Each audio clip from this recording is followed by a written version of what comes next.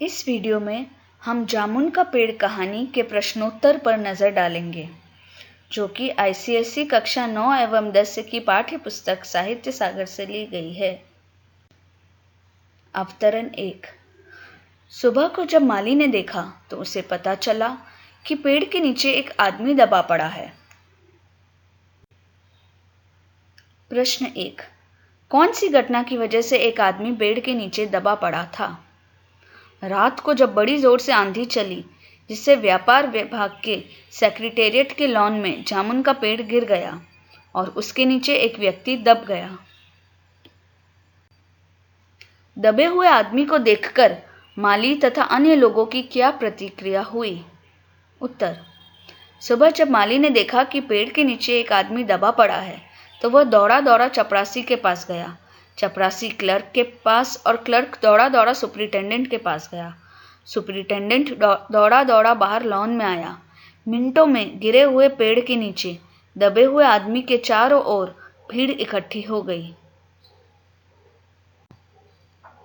तीसरा प्रश्न। पहले, दूसरे और तीसरे क्लर्क ने क्या क्या कहा?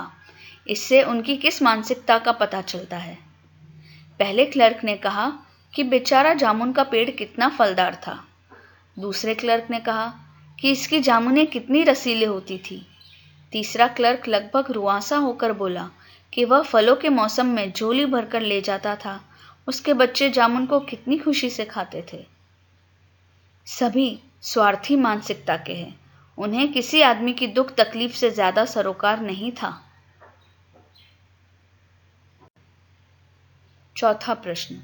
कहानी से सरकारी विभागों की कार्यशैली के बारे में क्या पता चलता है? उत्तर।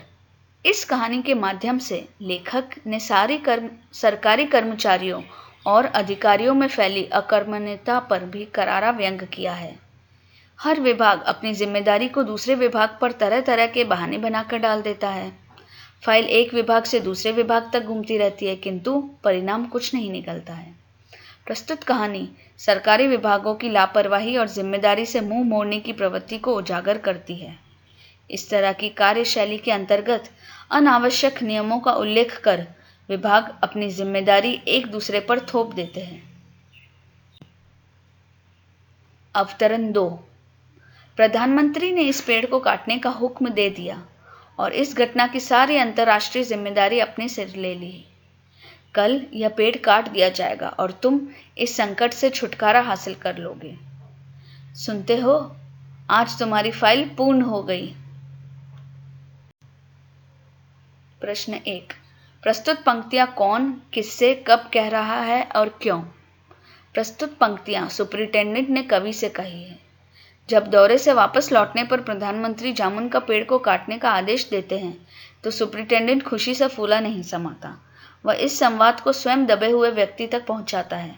वह सोचता है कि दबे हुए व्यक्ति का संकट शीघ्र ही दूर हो जाएगा। प्रश्न 2। अंतर्राष्ट्रीय जिम्मेदारी से क्या तात्पर्य है? यहाँ इन शब्दों का प्रयोग किस संदर्भ में किया गया है और क्यों? उत्तर। अंतर्राष्ट्रीय जिम्मेदारी से आशय है पेड़ काटने पर विदेशों में होने वाली प्रतिक्रिया की जिम्मेदारी। जब फॉरेस्ट डिपार्टमेंट, वन विभाग के आदमी आरी कुल्हाड़ी लेकर पहुंचे तो उन्हें पेड़ काटने से रोक दिया गया।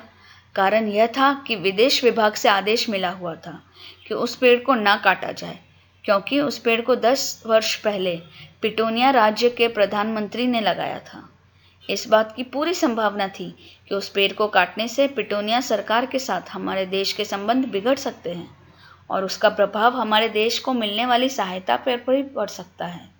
इसीलिए प्रधानमंत्री ने पेड़ काटने की अनुमति देते समय विदेशी विभागों से संबंधित अंतर्राष्ट्रीय जिम्मेदारी अपने ऊपर ले ली थी। संकट क्या था? क्या उस व्यक्ति को संकट से छुटकारा मिल सका? यदि नहीं तो क्यों? स्पष्ट कीजिए। तेज आंधी से जामुन के पेड़ के गिरने पर एक व्यक्ति उसके नीचे दब गया था। दबे हुए व्यक्ति के प्राण संकट में थे, लेकिन वन विभाग से अनुमति लिए बिना उस पेड़ को हटाना संभव नहीं था। वन विभाग की अनुमति मिलने पर विदेश विभाग ने पेड़ काटने के बारे में आपत्ति की थी।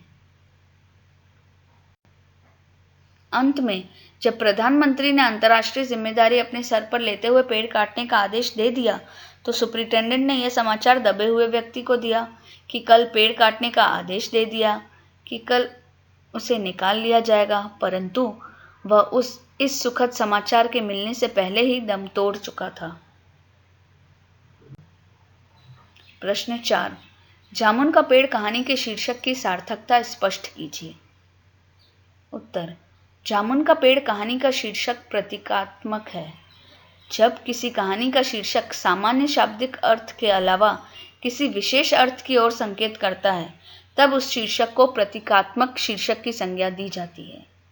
प्रस्तुत कहानी में जामुन का पेड़ देश की समस्याओं का प्रतीक है और उसके नीचे दबा व्यक्ति देश का आम नागरिक है जो किसी न किसी बोझ तले दबा हुआ है और छटपटा रहा है। वहीं दूसरी ओर देश की शासन व्यवस्था को चलाने वाला सरकारी कर्मचारी वर्ग अपने को आम भारतीयों के ऊपर शासक करने वाला स्वामी समझता है। अपने अधिकारों और सुविधाओं के लिए वह वर्ग जितना सचेष्ट रहता है, आम जनता के हितों, जरूरतों और उपेक्षाओं के प्रति उतना ही उदासीन रहता है। कहानी में जामुन के पेड़ के नीचे दबा व्यक्ति सरकारी कर्मचारियों की उदासीनता और लापरवाही के कारण दम तोड़ देता है। अतः कहानी का शीर्षक सार्थक एवं उपयुक्त है।